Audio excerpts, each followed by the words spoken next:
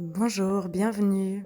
Il y a un sujet qui me tient particulièrement à cœur aujourd'hui et j'ai envie de vous le partager et de discuter un petit peu de ça.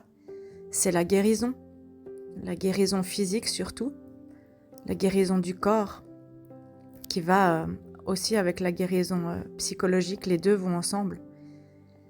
Et on peut orienter ses pensées pour guérir et on peut cultiver la présence corporelle, la présence à son corps pour guérir. Et en fait, il y a certaines choses qui peuvent freiner la guérison et ralentir son processus ou prolonger la souffrance.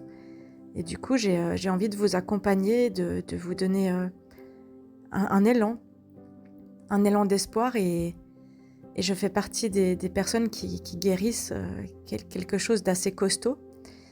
Et c'est vrai que dans les moments où on a l'impression d'être au fond du trou, il n'y a plus de lumière, c'est parfois difficile d'être fort, d'être forte et de croire, d'avoir la foi que les choses s'améliorent.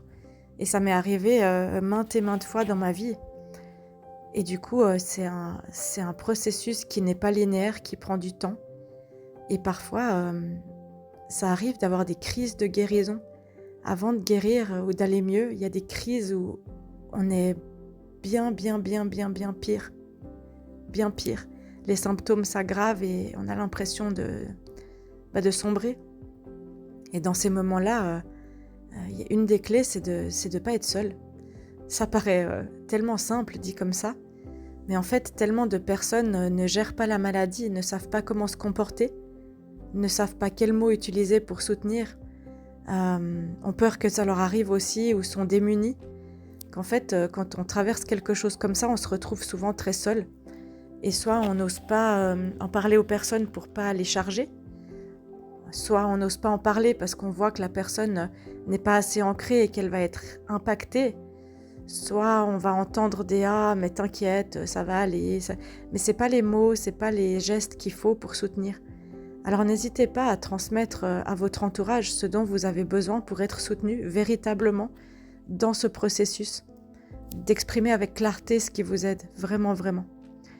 Et je sais que c'est pas toujours facile quand il y a des petits gestes que les autres peuvent faire qui visent juste et qu'on les reçoit pas forcément dans ces moments clés où en fait on aurait vraiment, vraiment besoin.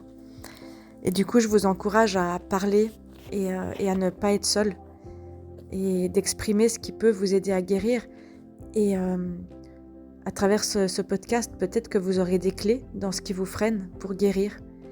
Alors, je vais vous donner juste quelques éléments comme ça à méditer, à écouter, d'accepter ce qui peut freiner cette guérison, d'accepter la responsabilité qu'on a parfois à maintenir un état malade. Posez-vous cette question, à quoi ça me sert aujourd'hui dans ma vie de rester malade ? Des fois, ça vous donne une réponse. C'est déjà avancer dans ce chemin, de se poser cette question. Et on peut tous et toutes cheminer après les traumatismes émotionnels, physiques, psychologiques. On peut cicatriser les blessures. Et le corps est bien fait, il connaît son chemin. L'esprit est bien fait. Et des fois, c'est pas facile de retrouver son pouvoir personnel. Et les raisons qui font qu'on va freiner la guérison, elles peuvent être complètement inconscientes. Et malgré qu'on souffre, qu'on ait mal physiquement, il y a des raisons qui font que parfois, on n'a pas envie de guérir émotionnellement. Mais ça, c'est inconscient. C'est parce qu'on est maintenu dans un vieux schéma qui est obsolète aujourd'hui. Et dans ces vieux schémas, on peut avoir une peur de la perte de sensation, de la souffrance. Et moi, j'ai traversé ça plusieurs fois, par exemple. C'est quand on enlève la douleur, et ben en fait, on est perdu. Moi, plusieurs fois, j'ai arrêté d'avoir mal et j'avais l'impression de plus avoir de corps. Et je me suis rendu compte que de réapprendre à vivre sans, ça fait tellement longtemps. Quand on vit 10 ans, 15 ans avec des douleurs chroniques, quand on commence à s'en séparer, c'est comme si il y a un bout de soi qui n'est plus là. Et il y a un vide qui est pas confortable. Il y a comme une sensation de flottement. Et en fait, des fois, qu'elle soit physique ou psychologique, on peut rester dans une douleur qui est familière, parce qu'en fait, on connaît pas ce qu'il y a après. On a peur de l'inconnu, du changement. Et quand on connaît le bâton qui nous tape, on n'a parfois pas envie de changer de bâton parce qu'on ne sait pas à quelle fréquence, à quelle vitesse il va donner des coups le suivant. Et il y a aussi quelque chose qui peut freiner, c'est la peur de perdre son identité. Parce que quand on marine dans la souffrance pendant longtemps, on s'identifie à cette douleur. On s'identifie comme quelqu'un de malade, comme quelqu'un de souffrant. Et ça devient une part de nous, en fait. Alors, guérir, ça signifie changer d'identité, me redécouvrir, et ça fait peur. Qui je suis sans cette souffrance, sans cette douleur, sans cette blessure? Et vous pouvez parler à cette partie de vous, la dessiner, lui dire qu'elle vous a accompagné pendant un moment, qu'elle s'est exprimée, mais qu'aujourd'hui, vous êtes assez consciente, assez fort, assez forte pour vivre sans et tenir un dialogue avec. Vraiment. Et de ne pas vous identifier à cette partie-là de vous, parce qu'il y a bien d'autres parts qui sont plus intéressantes. L'aventurier, l'aventurière, le curieux, la curieuse, l'audacieux. Vraiment, la malicieuse. Toutes ces parts qui sont vivantes, qui attendent que vous leur laissiez de la place à l'intérieur de vous. Quand on sort en fait du confort de la souffrance connue, en fait, ces douleurs, ça nous permet aussi de maintenir un mode de vie, de pas sortir de notre zone de confort, de pas découvrir des nouvelles personnes. Et le cerveau, il préfère vraiment ce qu'il connaît à ce qu'il ignore, même quand on souffre. Du coup, c'est paradoxal. Mais en fait, certaines fois, les douleurs, la souffrance, elle est devenue une zone de confort. Et quelque chose d'autre qui peut freiner, c'est la peur d'agir pour sa vie. Et moi, combien de fois j'ai fait un pas en avant et j'en ai fait 10 en arrière. Et combien de fois, combien de projets, combien de livres j'ai commencé à écrire et j'ai arrêté en cours de route. Et cette peur, en fait, elle est là parce que guérir, ça implique des changements. Ça implique une sortie de zone de confort, ça implique des décisions radicales parfois, ça implique de s'aligner dans sa vie, de dire mais c'est quoi qui est bon pour moi aujourd'hui? Et pourquoi j'ose pas y aller? Ça implique de mettre des limites, de se choisir, de quitter certaines personnes, relations ou situations qui ne nous conviennent plus. Et ça fait peur. Du coup, inconsciemment, on préfère pas guérir pour pas devoir affronter tout ça. C'est un peu le même mécanisme que les addictions. On préfère se défoncer plutôt que d'affronter les émotions et ce qu'il faudrait changer. Et la maladie, c'est aussi une fuite. En imago, on parle de la maladie comme une fuite. J'ai accompagné des personnes qui préfèrent rester malades parce que comme ça, l'autre personne continue de s'occuper d'elle. Être malade, c'est aussi un appel au secours pour être protégé, pour être soutenu. Puis parfois, pour certaines personnes, c'est la seule manière de recevoir du lien, des soins, de l'attention. Et quand on a appris qu'un parent s'angoissait pour nous, on a tout intérêt à être malade. Parce que c'est comme ça qu'on a appris à rentrer en lien. Et du coup, il y a vraiment une peur qui peut freiner de perdre l'attention, l'amour, l'écoute, la compassion et l'investissement de l'autre. Une souffrance qui est visible ou pas, elle va attirer l'attention, du soutien, de la compassion. Et d'ailleurs, c'est assez vicieux parce qu'en fait, on reste là-dedans alors que les personnes sont épuisées, sont démunies. Et souvent, quand on est dans cet état, elles ne donnent pas ce qu'il faut pour aider. Et inconsciemment, on peut garder une douleur, une maladie pour continuer à recevoir cette attention. Et il y a une croyance inconsciente, c'est si je guéris, on va plus prendre soin de moi. Mais en fait, c'est si je redeviens vivant ou vivante que je pourrais partager de l'amour beaucoup mieux, avec beaucoup plus de personnes. Et c'est vrai que des fois, cette sensation de ne pas pouvoir être aimé parce qu'on est rejeté dans la maladie, c'est difficile aussi. C'est de dire, j'ai l'impression que je dois tout guérir pour pouvoir être aimé. Et cette croyance-là, elle fait très très mal et elle maintient dans la maladie et dans un désespoir en fait qui fait que le corps continue de s'auto-détruire. Ça, c'est le cas de beaucoup de maladies auto-immunes. C'est d'avoir l'impression de ne pas pouvoir être choisi, de ne pas pouvoir être aimé comme on est.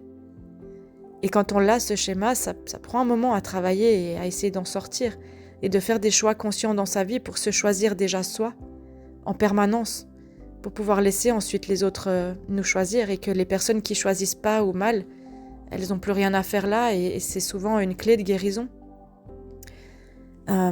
S'ensuit aussi un frein qui est une grande peur de ne pas guérir. Si je me donne à fond, je fais tout pour guérir, je vais voir des thérapeutes, je change mon alimentation, je bouge et que j'y arrive pas, et ben des fois c'est moins risqué d'arrêter d'essayer plutôt que d'être confronté à des rechutes qui sont désespérantes. Combien de fois j'ai vécu celui-ci aussi? La peur d'échouer dans la guérison, combien de fois j'ai perdu ma foi et j'ai dû demander à mes proches de me prêter leur foi? Et ça arrive encore aujourd'hui. Et c'est de se rappeler que la non-dualité, c'est d'être ici et maintenant, avec l'expérience consciente de ce qui se passe et que demain on n'en sait rien, mais que c'est là maintenant tout de suite que je peux agir, que je peux réfléchir différemment. Et on a aussi des choses qui nous maintiennent dans la maladie, c'est les loyautés envers la famille inconscientes. Si j'ai un père ou une mère qui ne s'est jamais autorisé à être heureux, comment oserais-je m'autoriser à être heureux ou heureuse? Et là, inconsciemment, quand je guéris, je vois que les autres, en fait, énergétiquement, ils se comportent comme pour me maintenir dans la maladie. Et du coup, guérir, ça peut être une forme de trahison envers sa famille, ses proches, son clan, ses amis. Si je vais bien alors que ma mère a toujours souffert, est-ce que je suis pas en train de la trahir? Ça, c'est inconscient. Quand vos amis vous ont toujours vu mal et que vous recommencez à vivre, ils sont tout perdus et ils se sentent abandonnés. Et du coup, c'est aussi de faire gicler les freins de loyauté inconsciente en fait qui sont là. Et il y a aussi une peur de plus savoir être heureux, heureuse, de recommencer à vivre, de plus savoir ce qui donne du plaisir et d'être libre. D'être guéri, de guérir, c'est d'être libre. C'est d'oser créer sa vie, tout simplement. Et cette liberté, elle est immense et elle fait peur. C'est un immense vide qui fait peur. Et du coup, parfois, on reste dans les chaînes qui nous maintiennent, qui nous font mal, parce qu'elles donnent une excuse. Quelque chose qu'on connaît, une direction, une structure. Et en fait, quand je suis pleinement responsable de ma vie avec moi-même, et que c'est plus une maladie qui me dirige ou qui décide pour moi, je suis qui et je fais quoi? Et ça fait peur. On a aussi la peur de réussir, pas la peur de l'échec, la peur de réussir. Réussir à vivre pleinement. Et ça, des fois, quand je m'autorise pas, c'est parce que je me sens pas digne d'être heureuse, épanouie, libre, authentique. Parce que parfois, j'ai eu un miroir dans l'enfance qui m'a tellement montré que quand j'étais heureux, ça, j'ai un patient qui m'a dit l'autre jour, « Ah bah quand je suis heureux et que je souris, ma mère, elle me regarde et elle me dit, « Bah pourquoi t'es heureux ?»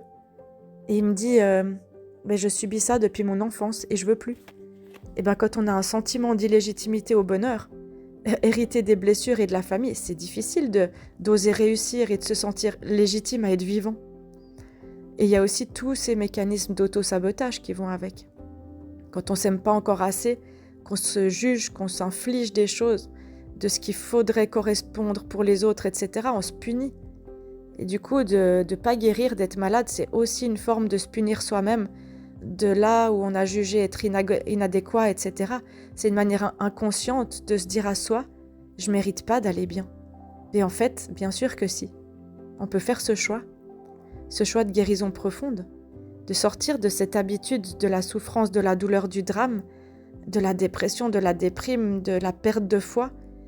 Et parfois, on a grandi dans un environnement tellement toxique, où il y avait du drame émotionnel, des colères, de la dépression, où c'était la norme, où on n'a rien appris d'autre, où on n'a rien reçu d'autre comme amour. Et du coup, la paix, elle est ennuyeuse, il n'y a plus de dopamine, où c'est déstabilisant, on ne sait pas faire. Et puis le chaos total, même interne à l'intérieur du corps, il est familier. Et du coup, osez vous confronter à la vérité, de guérir émotionnellement, physiquement, psychiquement. Ça implique de vous regarder en face. Je suis qui? Je veux quoi? Qu'est-ce qui me rend vivant, vivante? Et je reconnais mes traumatismes, les trahisons, les parents toxiques, toutes les relations malsaines, tout ce que je me suis infligé à moi. C'est douloureux de voir ça. Ça fait mal. Et du coup, c'est une raison pour éviter de guérir. Mais osez. Il y a assez de personnes qui peuvent vous accompagner. Vous pouvez le faire. Si vous écoutez ces podcasts, c'est déjà que vous avez envie d'aller mieux. Alors, ancrez en vous cette croyance que vous pouvez guérir. Et si on croit que c'est pas possible, qu'on est cassé à jamais, le cerveau, il va même pas vous donner un petit push pour vous aider. Il va rester dans quelque chose de l'ordre de la survie, de l'hypervigilance, de l'impuissance. Et on veut sortir de la souffrance, mais parfois on a peur de plus souffrir aussi. Parce que, en fait, ne plus souffrir, ça implique de vivre vraiment, de vivre pleinement et de choisir la vie. Et des fois, on ne sait pas vivre parce qu'on n'a jamais eu l'occasion de vivre vraiment dans l'enfance. D'être curieux, d'explorer le monde. Alors, vous pouvez le faire. Trouvez à l'intérieur de vous ce chemin-là. Et l'autre peut être un levier, peut vous inonder d'amour. Ça aide à guérir de toute façon. Mais du coup, ne restez pas dans une victime. Faites ce que vous pouvez faire, vous, pour vous poser les questions dans tous ces freins, lesquels j'ai. Et quel thérapeute j'ai envie pour m'accompagner, mais parce que moi, j'ai décidé de guérir. Moi, j'ai décidé d'identifier ce qui bloque et d'aller me regarder en face parce que c'est ma vie. C'est pas la vie de quelqu'un d'autre. Et je vais être la seule personne qui va être avec moi toute ma vie. C'est mon choix. C'est ma vie, c'est mes décisions, c'est mes responsabilités. Et je peux aller visiter ça. Je peux aller visiter ça et me faire confiance. Je peux lâcher tous ces silences qui me tuent. Et juste aller explorer avec beaucoup d'amour, de bienveillance. Et des fois, le corps, il a déjà libéré. Parce que le corps, c'est une matière plus lourde que la pensée, que l'éther. Du coup, des fois, la pensée, elle a compris, mais le corps, il met juste un petit peu plus de temps. Ou des fois, c'est l'inverse. C'est le mental qui refuse de lâcher. Et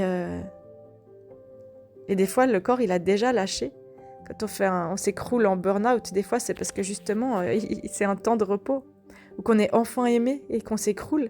Parce qu'on a enfin cette personne qui nous a accueillis et choisis. Et il y a tout qui se décroche de l'histoire du drame et le système nerveux se repose. Et on peut se désidentifier de la douleur comme identité. Ça prend du temps et un bon accompagnement et de ne pas être seul. Et de lâcher ce rôle de souffrir. De lâcher cette place que j'avais dans la souffrance et de l'habitude que les gens ont de me voir dans la souffrance. Et d'arrêter de me protéger en n'avançant pas, oser avancer. Et oser lâcher ses réflexes physiques mentaux. Avancer sans vous identifier à tout ça. En fait, vous pouvez exister autrement. Vous pouvez lâcher. Vous pouvez choisir de lâcher. Faire une promesse à vous-même. Libérer votre corps. Lui donner tellement d'amour et lui dire « Waouh, t'as morflé tellement mais t'es toujours là. Merci pour tout ce que tu me donnes tous les jours, pour mon cœur qui bat, mes intestins qui digèrent, toutes mes cellules qui travaillent, mon cerveau, mon système nerveux, mes muscles. Remerciez-vous. Donnez-vous de la douceur, caressez-vous avec de l'huile, faites-vous cajoler. Offrez-vous cette douceur et cet amour, vous le méritez et vous pouvez le faire. Alors voilà, je vous souhaite de faire sauter ces verrous, ces freins à la guérison et de trouver cet espace en vous. Et n'hésitez pas à demander qu'on vous prête de la foi dans les moments les plus sombres parce que ça aide vraiment. Des fois, un petit mot gentil, une main sur l'épaule, un sourire, des personnes qu'on aime, c'est la lumière dans l'obscurité au bon moment. Voilà, je vous souhaite de prendre soin de vous et à tout bientôt.